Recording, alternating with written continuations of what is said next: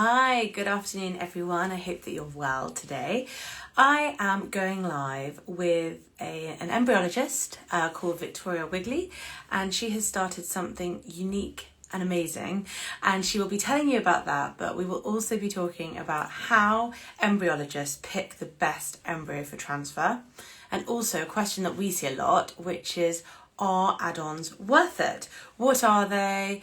Are they important? How do you decide whether you should go with them if your clinic suggests it? So have your questions ready for Victoria and she will be happy to help. So I'm going to add her in now. Hi to those who see today. We're talking about add-ons and also best embryos for transfer. Hi Victoria, how are you? Oh, hi, how are you? Very well, thank you. Please can you start by introducing yourself? Yes, of course. So my name's Victoria Wigley. I've been an embryologist for 14 years now, and something that I absolutely love doing. It's a brilliant career. But towards the end of last year, I started to decide to maybe try something a little bit new. There was an area that I felt was slightly missing in some clinics, and by no fault of any clinics, but it's that the lab staff were often behind a closed door, and it meant that patients weren't able to really have that level of communication and understanding from an embryologist.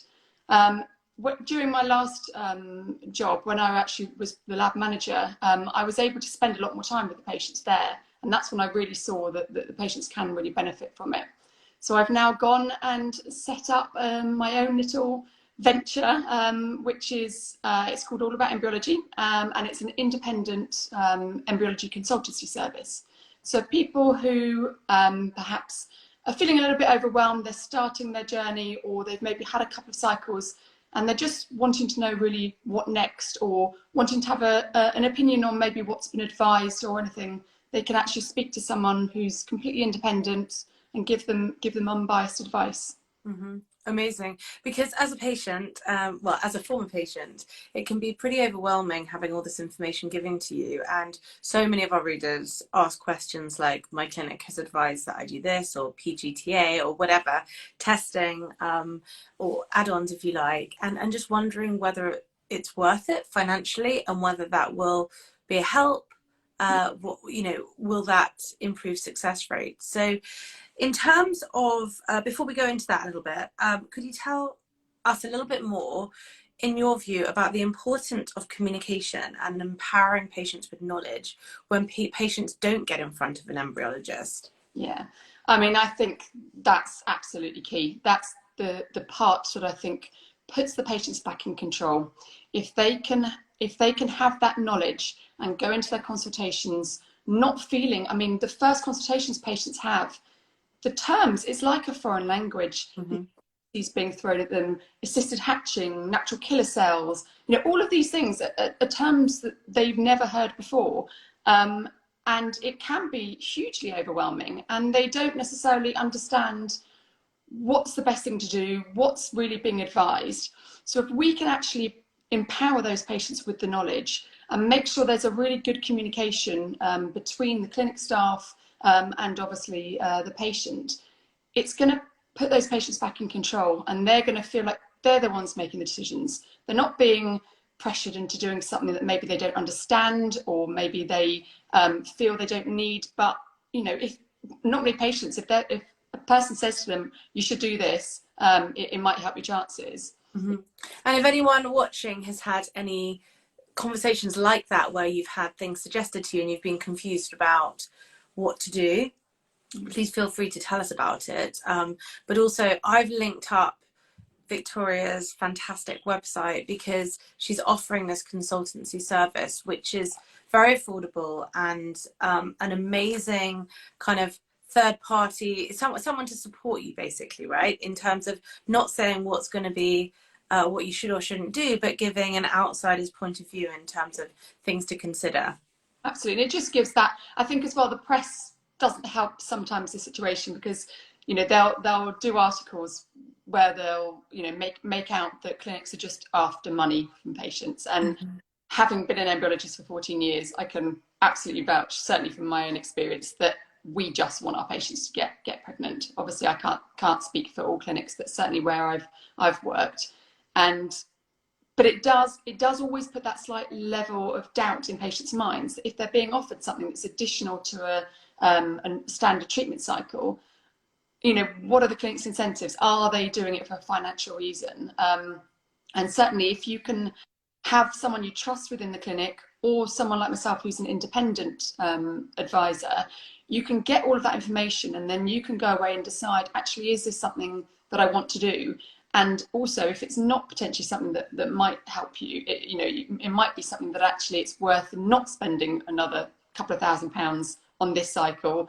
That at least they then know, if they've spoken to someone sort of out of the clinic, they know that they can have the confidence to make that decision themselves, not feel that they're jeopardising anything. And I think patients, they don't want to do anything that's going to feel like they're going to reduce their chances. Absolutely. So when you see clients who want some consultancy advice, what kind of things do they come to you asking for support with, and what kind of questions?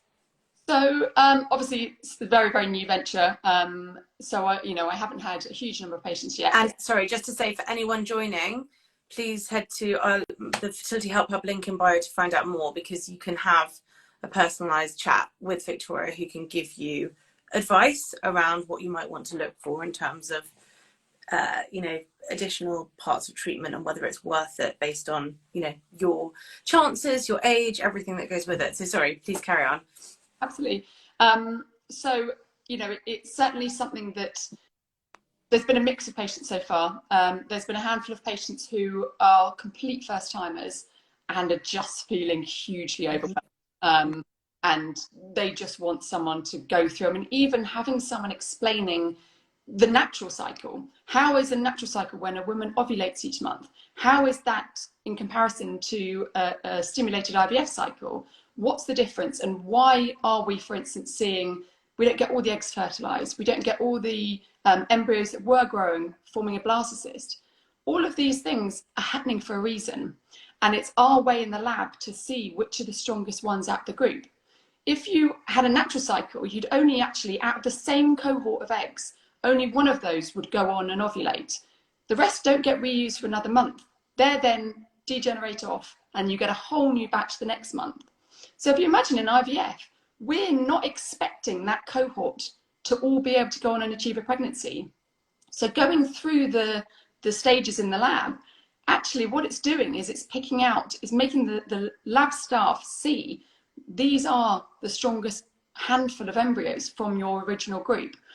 So some of the patients have been sort of that side, where they just want to get a bit of an understanding of exactly what's going to go on, why they're going to be doing scans and blood tests every other day, what does that mean, and then obviously explain exactly what's going to happen in the lab. So they've obviously benefited quite a lot from that. And I've had some other patients who are quite a bit further down the line, so they've maybe had 2 or 3 cycles that aren't necessarily working, or they've miscarried, and they want to see, is there anything that I would recommend? For instance, like you mentioned, the PGTA does come up quite a lot, and patients just want to go through and say, actually, is it worth at this stage now me trying that one? So someone has just said here, and congratulations, I know that you had twins recently, but previously to that they had 3 cycles where they had tried everything. So embryo glue, Embryoscope, endometrial scratch, none of that did anything, but they did have immunology treatment and then had a twin pregnancy. Are those the kind of add-ons you're talking about? Yes, so obviously I specialise in the lab side add-ons, but yes, exactly that. So the Embryoscope that she mentioned, that's a type of time-lapse incubator that we can use. Okay. So that's where we can obviously monitor how they're growing. Normally in a conventional incubator, you would take embryos and you would look at them every 24 hours. So you're doing static observations. But with the time-lapse incubators, so that some other names, Embryoscope, Jerry, your clinic might have a specific company name for it, but they're all just time-lapse incubators. What they're doing is they've got a camera that sits directly above your dish that contains the embryos, and it takes photos every 5 minutes.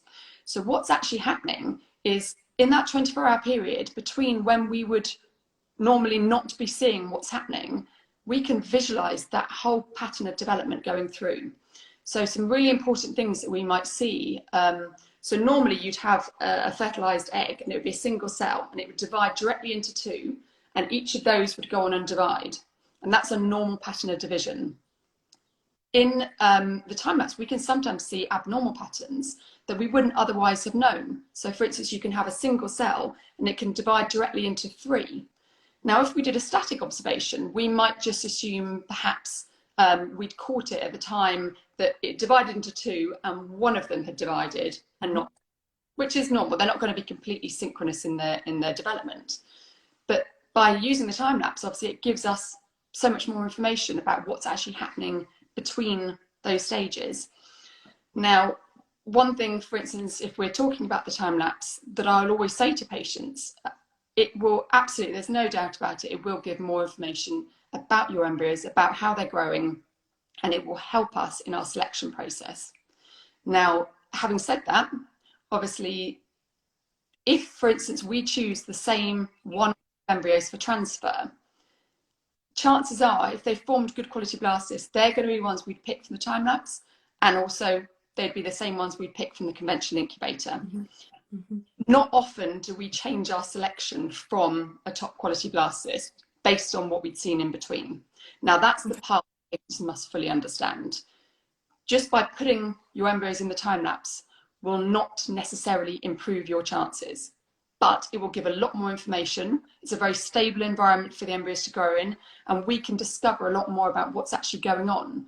But as long as you explain to the patients that, yes, if they're fully aware of all of the pros and cons of everything, then they can make their decision. But I think the difficulty is with add-ons is people think if they're being offered it, it's going to be any kind of a guarantee to improve their chances. And that's the part that we need to get away from, because patients are aware that there are benefits, and certainly certain cohorts of patients could potentially improve their chances. But we just need to make sure that patients are fully aware exactly for that add-on what the benefits are and what the success rates potentially could be, and financial implication, which, as you mentioned, huge. So huge. that's not actually improving the embryo or the quality at all. What it's doing is just giving you more information about which embryo you might want to transfer, which may have a higher success based on how you've seen it grow to date. Essentially, I mean, there's no going away from the fact that it's a more stable environment because we're not taking the dish. Okay. But mainly it's to help us select. So for instance, if a patient had 3 very good or very similar looking blastocysts and I was only going to be transferring 1, people like that, I would then look back at the whole reel of images and see, has there been normal patterns of division? Has it divided into 2-cell quicker than the other ones, which is obviously a good sign? Has it done anything like reverse cleavage or things that we wouldn't normally see? And then I'd look further down the line and see which ones out of the group formed the blastocysts first. So all of these little signs are things that I can use to help me select. Now, those people, perhaps all of the blastocysts might have gotten pregnant, or maybe the extra information I've got will help me pick that one. Obviously, we're going to be freezing other blastocysts, so they will obviously have those for subsequent cycles. But it's more, if a patient, for instance, only formed 1 blastocyst and the rest of them were morulars or they stopped growing, I'm not going to need any information that's happened in between, because I know that their strongest embryo in that group is that blastocyst, and that would have been in a conventional incubator. So that's the method we need to realise. Of course. And with the time lapse, is that an additional charge then? Is that normally extra for a clinic to charge a patient versus that being a standard way of embryos being chosen? It's certainly, at the moment, it's usually an additional charge. More and more clinics are finding the benefits of it, that it is starting to be incorporated alongside the other incubators. And so if I had a space for a patient to go in, I'd prefer that they went in there. Also for just things like if we did our ICSI injection quite early, you wouldn't want to miss any fertilization. And if your team, for instance, you know, were coming in at 7 o'clock in the morning, they could make sure they could see that pocket where we're looking for the 2 pronuclei. But if the team are 9, you don't want to risk missing that. So things like the time lapse can actually benefit the lab as well. So labs are starting to incorporate them more, but at the moment, it's most clinics, it's an additional cost. Because someone's asked, why don't the NHS offer that? Probably because the incubators are so expensive that it's probably unlikely that they would have that in their budget to be able to get. And someone was concerned about the Embryoscope, that there was a constant white light on the embryos.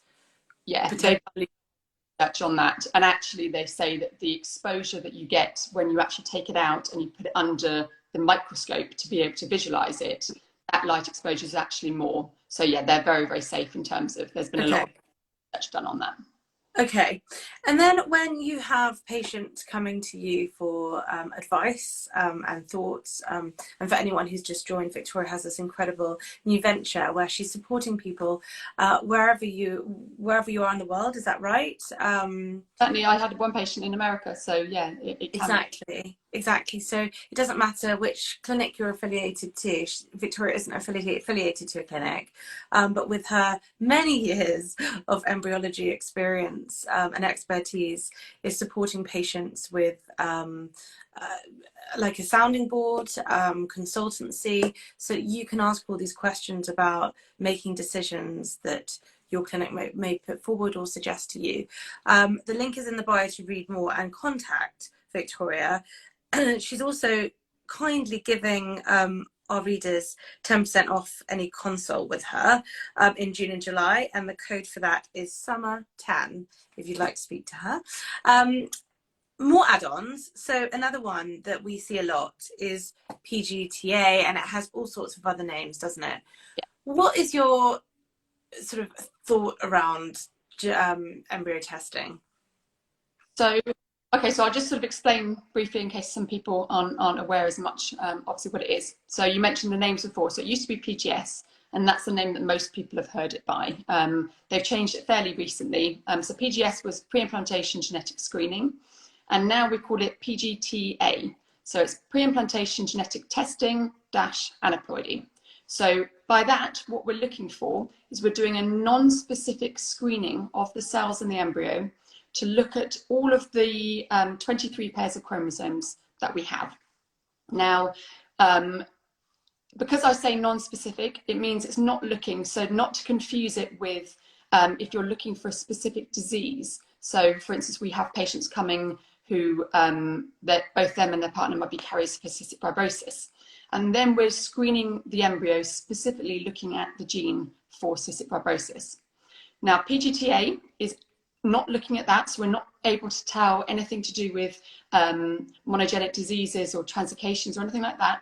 What we're doing is we're looking specifically at the numbers of chromosomes. Now, one that lots of people often can hear about is Down syndrome. So Down syndrome is trisomy 21. So that's chromosome 21, and it should have a pair of chromosomes. So it should have 2 copies of the chromosomes. In trisomy 21, there's a 3rd copy. And obviously that then would lead to Down syndrome. There are lots of other chromosome abnormalities that can occur, but that's obviously just one that most of you will have heard of. So what we're doing with the screening is we grow the embryo up to the blaster stage, and then we make a hole in the shell surrounding the outside, and we take a small pocket of cells and then put them into a tiny tube and send them off for testing. That will then tell us if that embryo has the correct number of chromosomes in the cells. Now, obviously that's something, when you explain it like that, that's something that most people will say, well, surely everyone should be doing this. And whilst I believe there's a very, very strong place for PGTA, I also believe that it's not necessary for everybody. And patients have to realise that there are risks that go with it. And the main groups of people that it is applicable for are patients who are of the older age range, so 14 above usually, patients who've had recurrent miscarriage, or patients who have had repeated implantation failure, where we're seeing good quality embryos and everything on paper looks like this patient should be getting pregnant and they're not. So that's when we want to investigate, is there actually something else going on within these embryos that perhaps is worth looking for? Now, because some clinics offer it for everybody, don't they? But it's an additional cost. yeah, and it's something that some clinics do, and I know especially sort of overseas, it's a lot more common. But people need to realise that there are risks that go with it. And now that we're doing it always on the blastocyst stage, you also need to have a good number of blastocysts that form. So my biggest one that I see where actually I advise patients against doing it are those patients who, you know, it might be that they've had a couple of cycles that haven't worked. They're not getting particularly good embryo quality, but the next step that the consultant says is, oh, well, we'll just do PGTA for you. But actually, that's not necessarily going to work for them, because they need to have a good number of embryos that make that transition from day 3 to day 5 of their embryo's development. Now, we only expect about 50% of embryos to make that transition. So if you're starting with 3 or 4 eggs and you get a couple of those fertilized, you're not going to have a good number that's going to get to blastocyst stage. The best chance for those embryos is to put them back into the body and let the body see if they can obviously implant and go on. Because if we leave them at the blastocyst stage, you've got a couple of things that are going to be risky. Obviously, out of all the things we do in the lab, biopsy is probably the most invasive, because we're physically pulling a cohort of cells away. So there's a risk of it not surviving, usually no more than 5 to 10%, but obviously that's a risk that you wouldn't otherwise need. You have an extra step you have to do, because you have to freeze and thaw the embryos. So you can't do the screening and then transfer that cycle. They have to then freeze them after biopsy, wait for the results to come back, and then set up on another cycle. So that's obviously an extra intervention step that carries, albeit a small risk, it still carries a risk. And also it's going to be a delay for the patients as well. So it might be a couple of months before they're then ready to do the frozen cycle. There's also risks of not getting results from the cells, especially if the embryo is of poor quality. What can sometimes happen is the cells might lyse at the point of biopsy. And if the cells lyse and the membrane breaks, all of the DNA comes out. So it's not then present at the time of testing. So there's all things like that, and also things like the embryo can be mosaic. And that's something we're learning more and more about now, where actually there are pockets of normal cells and pockets of abnormal cells. So there can be, in mosaic embryos, you can get a healthy live birth, but obviously it's a lot more complicated for the patients whether they want to risk going down that route. So all of the patients really have to weigh up, is this actually right for them? And this should be the discussion that they're having with their consultant before they obviously agree to it. And I think that's absolutely fascinating. Yeah, sometimes I think it's not gone into that level of detail. You know, there are some people who I think it's absolutely necessary for. I had a patient at my old clinic who she imported embryos to us from another clinic who didn't do the screening. She had about 11 blastocysts and she'd had 6 miscarriages in a row.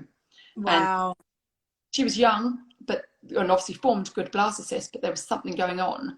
So we did the biopsy. About half of them came back normal. We did the transfer. The first one unfortunately didn't work, but then the second one, she now had a baby at the end of last year. So people like that, it's necessary for. And there was obviously something else going on behind the scenes that we wouldn't otherwise have been able to tell. Mm-hmm. And it also informed you on which embryos to select for transfer. Exactly. So it's another way of selecting. So we've already got to go to the blastocyst stage before biopsy. So that's already the tick in the embryology box. But then it's then a secondary way of us saying, rather than just keeping transferring all these blastocysts for her and putting her through miscarriage after miscarriage, we were able to then say, this is the cohort that we're now going to use for you. There's 4 embryos, I think, remaining, and we picked the best quality one out of those. And obviously that's how we did our selection. And obviously it which was wonderful. Wow. Do you have other questions from the patients that you see as well in terms of like what other not kind of reasons, but what other concerns or queries might people have where they come to you as a sounding board to get expert advice to then be able to go back to their clinic and ask the right questions, or get the answers that they may not have thought about? It's lots of things. It's things like, you know, if they, for instance, got a couple of embryos in the freezer, do they go for a frozen thaw cycle, Hmm. or do they leave those in the freezer and while they're still younger go for another fresh cycle? Questions like that, or you know, what's the difference between day 3 and day 5 in terms of the chance of success with transfer?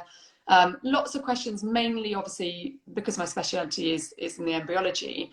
It's mainly around that side of, you know, which embryos would obviously we look to putting back, and you know, are there any risks that are involved with doing this, or they just come away and say, I've just been told I should try this. I've tried to Google it. I don't really understand what it means. Can you please just spend, you know, a calm environment way of just explaining it to me? And then they come away and then they actually understand more. So there's lots of different reasons. Or So you know, if people are interested in speaking to you and having this personalized support, I've linked up your website in our bio, in the Fertility Help Hub bio. So please head to All About Embryology's website, which is there. Get in touch with Victoria, and if you quote code summer10, you can have 10% off a consult. So what is the process when someone comes to you? What happens next? yeah, so as I say, so on my website, there is a link to obviously book the consultations. At that point, there'll be a information form that you have to fill out. So all the information you can give will help us in the consultation. So information about previous cycles you've had, information about any specific topics you want to discuss, if there's any add-ons that have been advised to you, anything like that that you know they want to discuss. And then we book in, so that the time slots are obviously available for them to book on. And when I then do it, it's all over the telephone. So, you know, it doesn't have to be any specific location. And then we'll start off by just going through exactly what their history's had, you know, have they had any previous pregnancies before, with previous cycles, what was the fertilization rate, what the embryo, you know, quality was. And then we can really weigh up exactly where they are in the process. Mm-hmm. And just go through some of them, even a couple of cycles in, will actually need just to go back to basics, because they've gone through this whole process. They've seen the doctors and nurses, and they've just agreed to sort of what needs to be done. You need a scan on this day, you need a blood test on this day, we're going to give you a trigger injection on this day. But they're actually not really sure what's happening in their body at that particular time. And then, as I explained before, about comparing it to the natural cycle, so we can go through all of that information to, I find if I can condition them to know exactly what's happening, they're not going to feel disappointed as they go through. Because it's so easy. I mean, I don't know from your experience how you felt, but you know, people, you'll make the phone call. And obviously, that is the difficult part for the embryologist. You're making difficult phone calls where, for instance, the fertilization hasn't gone that well. Mm-hmm. Patients are obviously waiting for that phone call at the end. And if they are expecting that we're not wanting all of them, we're going through this process to pick out that best 1 or 2 or 3 embryos, we're not going to expect to get your whole cohort of eggs to fertilize and be able to achieve your pregnancy. If I can get that ingrained in them before their cycle, then they're prepared, and they're not going to have So, yeah. feeling of disappointment and feeling like, have they done something wrong? You know, why? You know, I had a lady the other day who, you know, could hear the conversation in the cubicle next to her, and she was disappointed with her number of eggs, and then hearing that they'd got other numbers of eggs, and that kind of comparison between Yeah. people. And obviously, you know, it's hard not to do, because you know everyone's going to ask how other people did, but if they can have that inner confidence in themselves of what to expect, what the doctors are seeing, what rough numbers we're going to be looking for. You know, if they've only got 6 antral follicles before they start, they're never going to get 15 eggs. So it's sort of preparing them for what's going to probably happen. That, for instance, you might be advised to have a day 3 transfer rather than blastocyst. And now there are certain situations that I would say to patients, yes, do have a day 3 transfer. But because they'll go onto the internet and then they'll see transfer blastocyst is best, they'll think that, you know, they're not having the best shot for their cycle, or they'll feel that their clinic aren't advising the right thing. But it's just getting all of that information in advance. And I know from personal experience with a day 3 transfer, which didn't work, I almost felt like it wasn't going to work from the moment of transfer because of the reading I had done and like the comparison you said, hearing other people's results and comparing those results. So it's so good to be able to have support like what you're offering, where you're someone who can come in and give, you know, a personalized, fresh expertise outside of a clinic as well. And so is there any other support like this out there? Because I've never seen this before. I think it's amazing what you're doing. It was a bit of a leap of faith to do this because there are obviously online doctors that we know about. There are nurse support things, but most embryologists will stay in the lab. And I just realized that I liked talking to patients. It was the part of the job that I enjoyed, and feeling like you come away from speaking to a patient and they suddenly get it and they're like, this is what's happening, this is why this has happened. It's such a nice feeling to be able to do that. And because I was finding I was more and more enjoying, you know, speaking to the patients, and across the board, you know, I could offer that at my clinic where I was at because it was a small clinic and I was the lab manager. So I had that level of control that I could dictate those kind of aspects. But embryologists, they are, you know, the embryology world is so time specific and so labor intensive that they are in the lab for majority of the day and they barely come out for lunch breaks.